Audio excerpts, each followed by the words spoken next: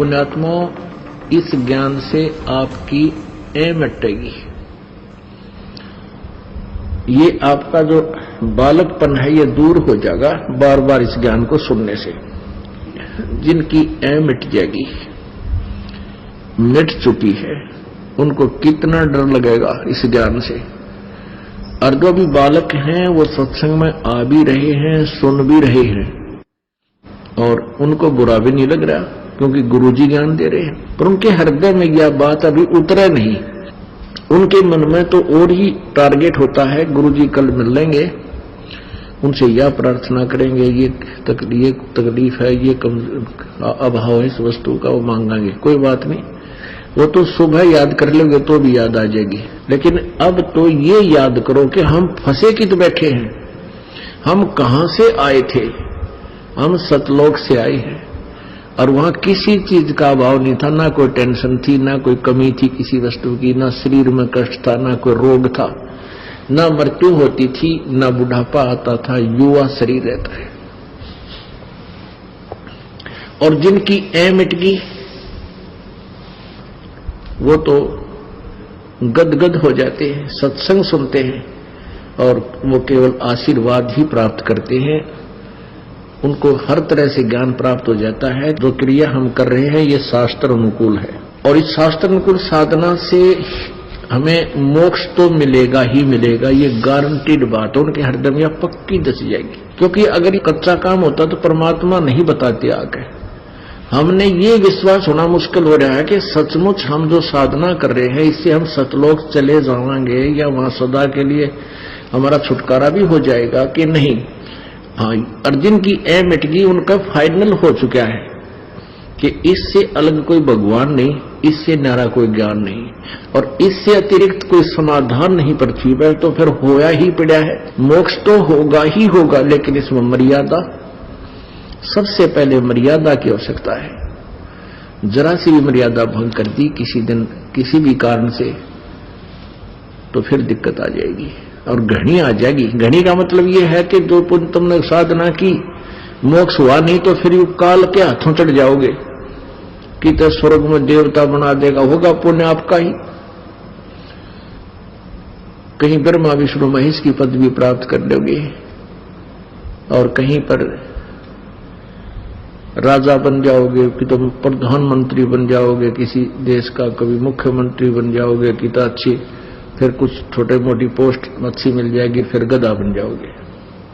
यानी अपने पुण्यों को नाश करके फिर यही चक्कर में पड़ जाओगे।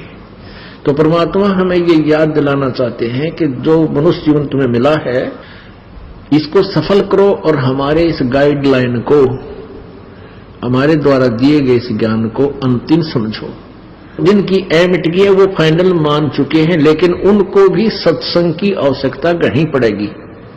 आखिरी श्वास तक आपने सत्संग की आवश्यकता पड़ेगी, और सत्संग के बिना ये प्राणी फिर वैसा ही बन जाएगा। क्योंकि यहां से जाने के बाद आपको 99% व्यक्ति एक ही स्वभाव के मिलते हैं, जो भक्ति से विरुद्ध हैं, भक्ति से दूर हैं। यदि किसी पंथ संत से वो जुड़ा है तो भी वो भक्ति नहीं कर रहा है, वो बेचारा अपना टाइम पास कर रहा है। तो आपके लिए वर्तमान में ऐसा क्रिटिकल समय चल रहा है, यदि आप सत्संग में नहीं आओगे तो 2 महीने 3 महीने 4 महीने में आप उसे फिर हो जाओगे।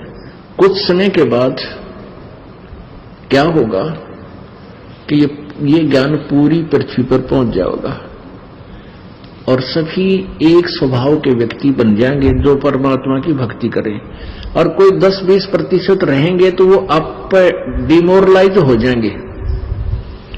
जैसे फसल बीज दी जाती है और वो फसल अच्छी तगड़ी होगी तो नीचे कोई थोड़ा बहुत घास भी खड़ा उग जाएगा, वो हानि नहीं करता, वो अब पर जड़ खत्म हो जाता है, नीचे रह जाता है दबाव मान करके। और अब क्या है, अब इसके विपरीत है। पुण्यात्मा थोड़ी है, कनक के पौधे कम है, घास घना है। तो जब ये पूरी खेत में फिर संवार के खेत में बो दिया जाएगा तो तगड़ी फसल हो जाने के बाद घास की पार नहीं बसाया करती। तो निकमी आत्मा अगर थोड़ी बहुत 2-4-10% रहेंगी तो उनका कोई असर हमारे पर नहीं हो सकेगा। अब इसके विपरीत हो रहा है तो इसमें सत्संग की आवश्यकता घनी पड़ेगी आपने, और रह कराना चाहिए। कई भक्त क्या करते हैं कि हम सीडी ले गए हैं, सत्संग घर पर ही सुन लेते हैं, वो तो अच्छी बात है, उससे आपका नॉलेज बढ़ेगा। और वो क्या है कि आप सत्संग सुन रहे हो और आवाज आ गई, ये भैंस खुलागी, भैंस खुल गई, एक आटड़ू चूंग गया, किसी ने बैल बजा दी, या कोई बड़ा अफसर है तो बैल बजा दी, रिश्तेदार आ गए, टीवी बंद और रिश्तेदार आगे गप्पे सब शुरू। उन्हें बिना याद रखे सुना था। तो यहां आने के बाद आप पहले तो सत्संग सुनोगे, यहां दास के पास बैठकर 2 घंटे सुबह, 2 घंटे शाम, आप कहीं उठकर नहीं जा सकते। आप जान को नहीं दें आपने, क्योंकि बच्चे हैं, टीचर है, वो बच्चों को संभाल के रखता है, क्लास के टाइम पढ़ाते समय बैठ जाओ भाई, ध्यान से सुनो, और निकलना दे दो। और फिर आप खाना खा के फिर किधर बैठोगे, बतलाओगे, आपस में चर्चा करोगे, वो न्यारा सत्संग। मालिक की चर्चा चलेगी, कोई अपना दुख बताओगा, कोई सुख बताओगा, तो उसका और दृढ़ विश्वास आपको होगा।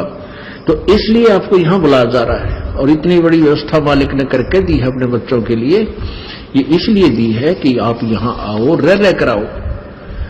1 महीने में 1 बार तो पूरा परिवार अवश्य आ जाए, कोशिश करो आने की, इससे आपका बहुत लाभ होगा।